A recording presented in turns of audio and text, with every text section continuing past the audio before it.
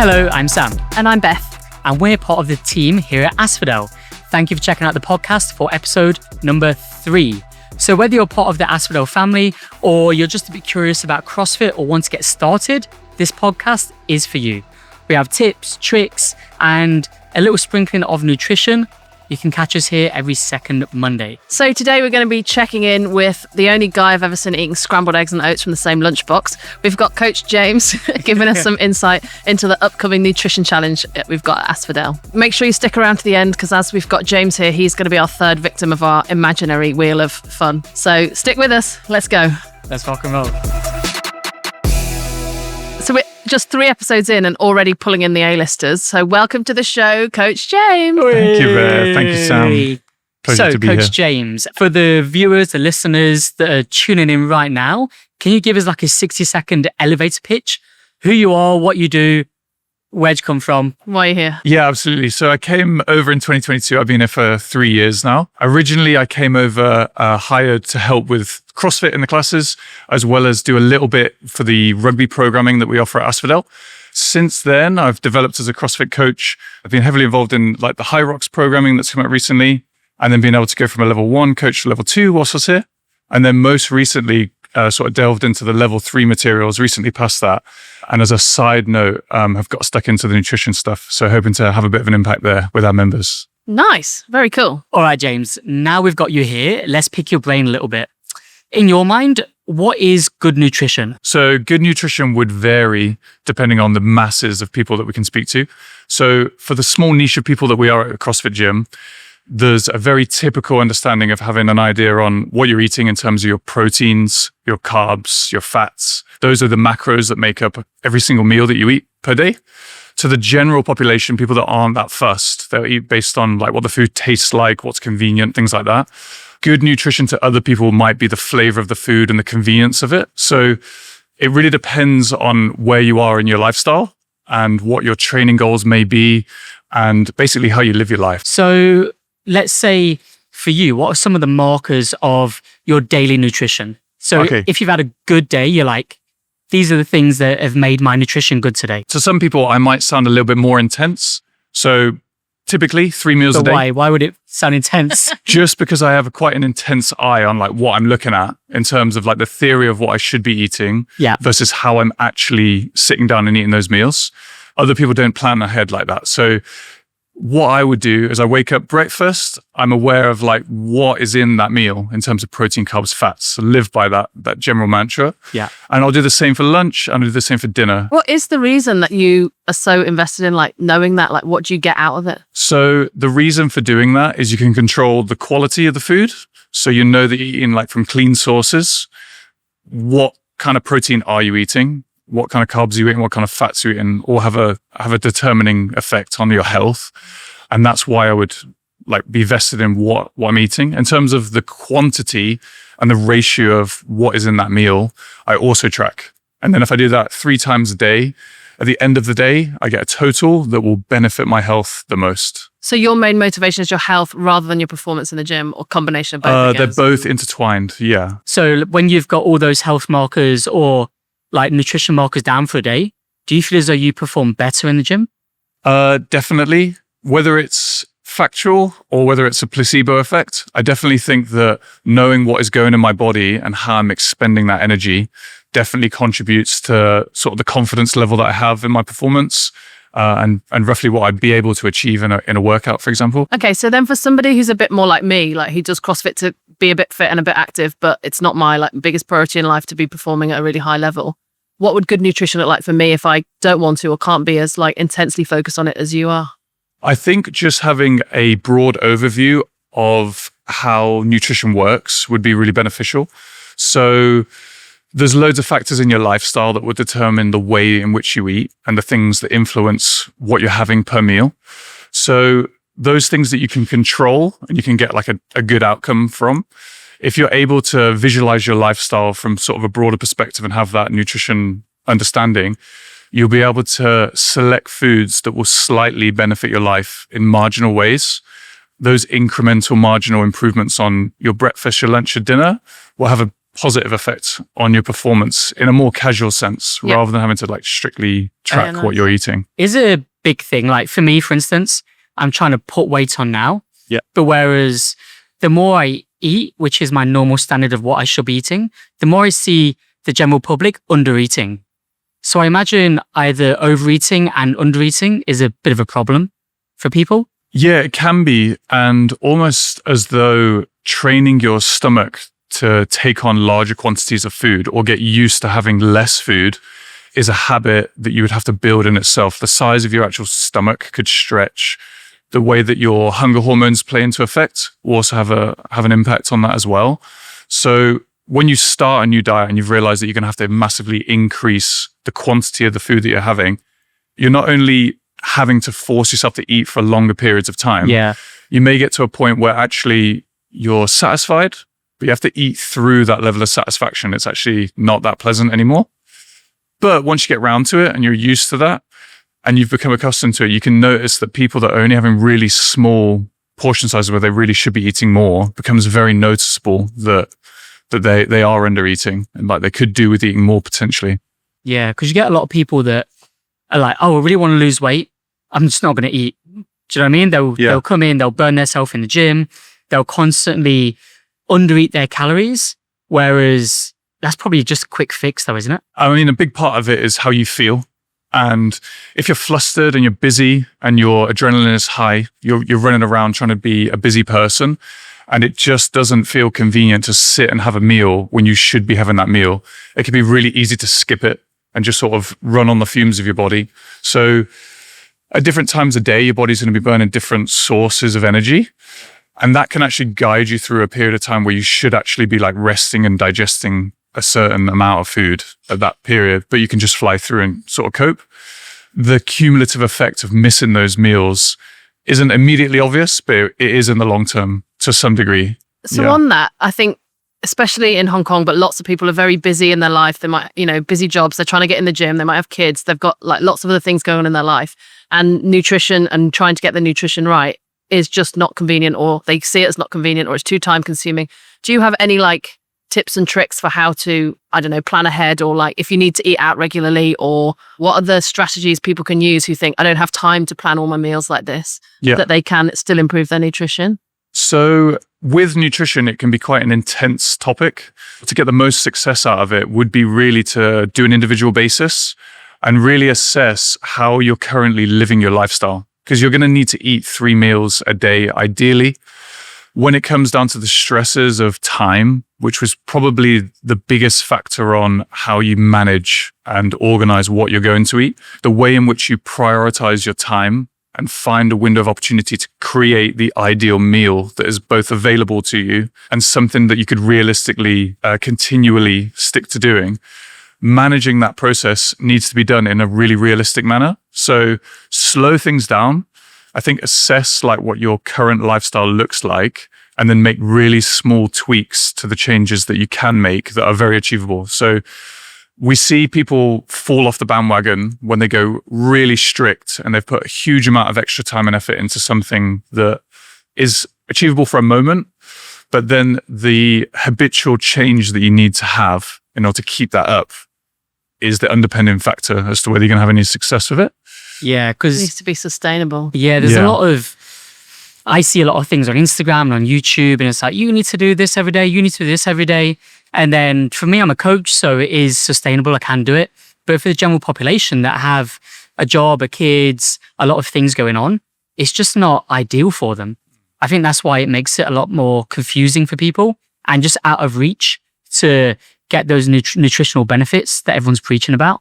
When we, like, really good point, like when we talk about the people that live in Hong Kong and the mixture of people that we have living here, the time people spend all day at work, they will get up really early, they'll go to work really busy on the MTR, they'll work a whole day and trying to find the time to find those things.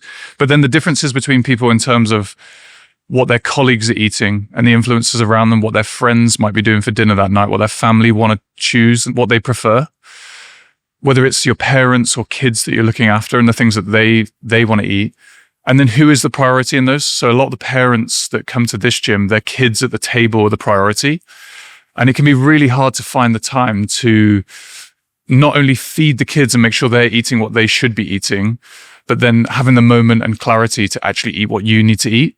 Yeah. And I think most of the parents that come here would admit to that, or they'd be really aware of that, and just slowing their lifestyle down a little bit and having that awareness of like, is it feasible where I can do both? Like, can I prioritize these other influences in my life and slide in something that I'm happy to almost present to other people and make it clear that this is like my intention with where I want to go with my nutrition. So it's people's priorities really, hey? yeah, and the impact that other people's priorities can have on your own as well. Mm-hmm. I know, like, my sister, she'll cook a very nice meal for my nephew, but then she won't eat that. She'll eat like a quick meal or a ready meal or something different, Yeah. where her priorities now are just for my nephew rather than herself. Do you know what I mean? So she can do it, but it's just changing her habits a little bit Yeah. to suit her as well as. So when we have people in the gym that we're trying to understand and make a quick fix, we can present to them all day their proteins, macros, carbs, but really getting a full scope on what their week looks like, and then the reality of the behaviors that they exhibit at mealtime is really important, or even the way in which they would go to the shops or carry that food home and prepare the meal. Yeah. What does all that look like, and where can the changes be made to make things achievable, basically? That's a very like one-to-one, visualize yourself in the moment sort of thing from Monday to Sunday, and then make those like small changes that you are in control of. So that leads us really nicely, I think, into the nutrition challenge that's about to kick off here at Aspodel. So can you explain to us, James, like what is the nutrition challenge and what it's going to involve? Okay, so we're super excited to introduce the nutrition challenge. How it works is it's 6 weeks of habit stacking behavior change. So it's called the Aspodel 6-week nutrition challenge. What we're going to do is have a focus for every 6 of those weeks. So week 1, we're going to start off with hydration.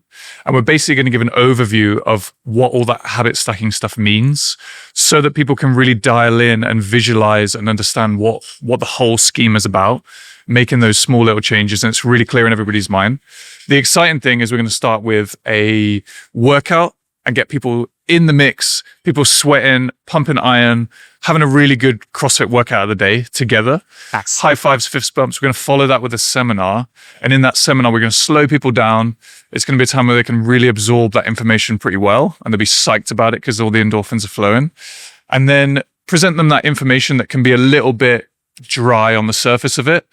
But how that follows is on Monday, it's all about flexing and showing that you're doing the behavior change. So accountability is going to be a huge part of it from week 1 to the end. So we start with hydration. The following Monday, we're going to do check-ins every day.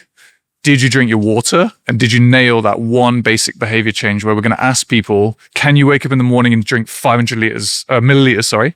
That'd be a lot of water. 500 milliliters of water. And then after that, can you drink 2 to 3, depending on how big you are, liters of water for the rest of the day? So that's how we're kicking things off. In the weeks to come, we're going to build more. Proteins is the second week. And accompanying that, we're going to talk about an overview of macros, like what I explained at the start of the conversation.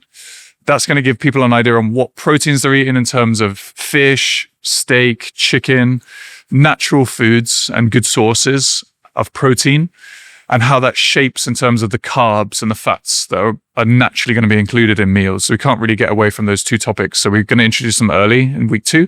In that scope, we also have a little bit of a sliding scale introduced. So I've got very good at being able to just see how much chicken is on a plate and know how much that weighs, because I've gone through a process of measuring my food. And that's quite an intense behavior to do. For someone more typical that we go to the gym, we've got ways of teaching people how to do that by eye. So looking at it and how does it measure up in terms of like the size of your hand? Yeah. So is that chicken breast like the size of your fist? More simple measures on how to improve your protein. And then you select where you are on that sliding scale and you submit it to us every Sunday on a little Google form. And the following Monday, you're going to hold yourself accountable again based on like what you chose to do. So rinse and repeat. We're going to do carbs and sugars in week 3. Followed by fats, and then like snacking and eating windows. That's essentially, that's basically like, are we having 3 meals a day or 4 maybe? Yep. Hopefully we'll get to that. And then following finally with sleep. And then the last one is going to be eating out, followed by the Christmas party. Woo. Yes, that's the overview. Okay, so the nutrition challenge is officially kicked off today. If you're listening to this on day of release, very loyal listeners, thanks. So for success, top 3 tips for success for the members that are on the nutrition challenge, what would they be? For me and for everybody that's doing it, I think get involved. So if you're in the WhatsApp chat, whether you went to the workout on Saturday or not, and you've seen the information that's been posted on the WhatsApp, follow it, post it, and try and get others to do the same. The more that you post is going to be better for yourself, obviously, but that small step will have a knock-on effect to other people. And one day those other people are going to help benefit you when your motivation drops potentially. So the more hype we can get, the more success everybody will have. That would be my top tip. Tip number 2. Oh, tip number 2, try and think of your own individualized goal very intensely. So what does your week look like? Don't worry about what other people are doing and how much change they're making. Only visualize what thing are you capable of changing in your own life, and then make that small adjustment. Share it with the coaches. I'm available to talk to people about exactly what they're going to do in terms of that behavior change. And we're here to support. And then just try and execute it on your own level. Don't worry about how big it is or how small it is. Yeah, true. And number 3? Number 3. Your last golden tip. Number 3, make it an opportunity that you'll be really proud of yourself by the end of it. 6 weeks is a long time. Oh, powerful. Yes. 6 weeks is a long time. Go all in. Use it as an opportunity to make change to your health, to your future self, as you will not regret it. Wow, love it. Tip number 4. No, really. Tip number 5. Run out. Tip number 6. How long have you got? That's good. Cool. So obviously there's so much more we can touch upon on nutrition. We've just scraped that thin layer of ice on it. So obviously we'll get you back in 2 more weeks so you can give us a little bit more information, give us some more goods on nutrition. Sounds good. Okay, so as I mentioned, we've got James here this week, so he's going to be the 3rd victim of our imaginary wheel of fun. So go on, James, you can do the honours of spinning the wheel. Okay, here we go. Ready? Good. Ding! And it's landed on... Guess that word. Oh. So with this, the name of the game, I'm going to try and explain some girl words. Like in CrossFit, you have those girl words. Yeah, name words. You have to say the named words. You have to say what it is. Okay. You ready? Yes, ready. All right, 5 rounds for time. 20 pull-ups. 30 push-ups. 40 sit-ups. 50 air squats. Rest 3 minutes. It's Barbara. Yeah, it is. I hope I got it right as well. All right, next one. 3 bars of death. Okay. What's 10 this? to 1. Bench press. Cleans. Deadlifts. Elizabeth. Oh no. Linda. Oh, Linda, yeah. All right, let's Linda. go 2 more. Oh, no. So, your favorite? Handstand push-ups. Oh, no. Deadlifts. 21. 15. 9. Diane. Diane. Yes. Yes. All right, last one. I'm upset about the Linda one. Yeah, I know. I can see it in your It's face. hard Bring when it you're in the back, hot you seat. can pull it back. This last one involves double unders and sit-ups. Annie. Annie. Yeah. Wow, impressive. Nice. Four. All I my like it. Yeah, level, 4 is not bad. level 3 knowledge. Well done. Yes. Nice, James. You kind of passed that out. I think so. I'm I'm You- still you can come disappointed back. about the Linda one. Maybe when you get me back on the show, I'll try and improve. Okay, we'll do it again, but that can be open words. Okay. Ooh, isn't that a lot harder, surely? So much harder. Depends on what the roulette says anyway. Oh, yeah. Yeah. That's true. Yeah, sorry. Yeah. I can't go away from the wheel. So that's it for today. Good luck to everyone taking part in the nutrition challenge. Start stacking those habits, drink that water. We'll be back in 2 weeks with another episode. Every second Monday, isn't it? Yeah. So guys, thank you for listening. If you do have any feedback, requests, you want someone on the show, please reach out to us on WhatsApp, Instagram, Facebook, the gym floor. And you can also listen to us on Spotify, Apple, all your major podcast platforms. So don't forget to subscribe so you get the new episode every 2 weeks. And yeah, we'll see you in the gym and at the nutrition challenge. Bye everyone. Stay safe. Thanks, guys. Thanks, Bye. James. Thank you. Thanks, Tom.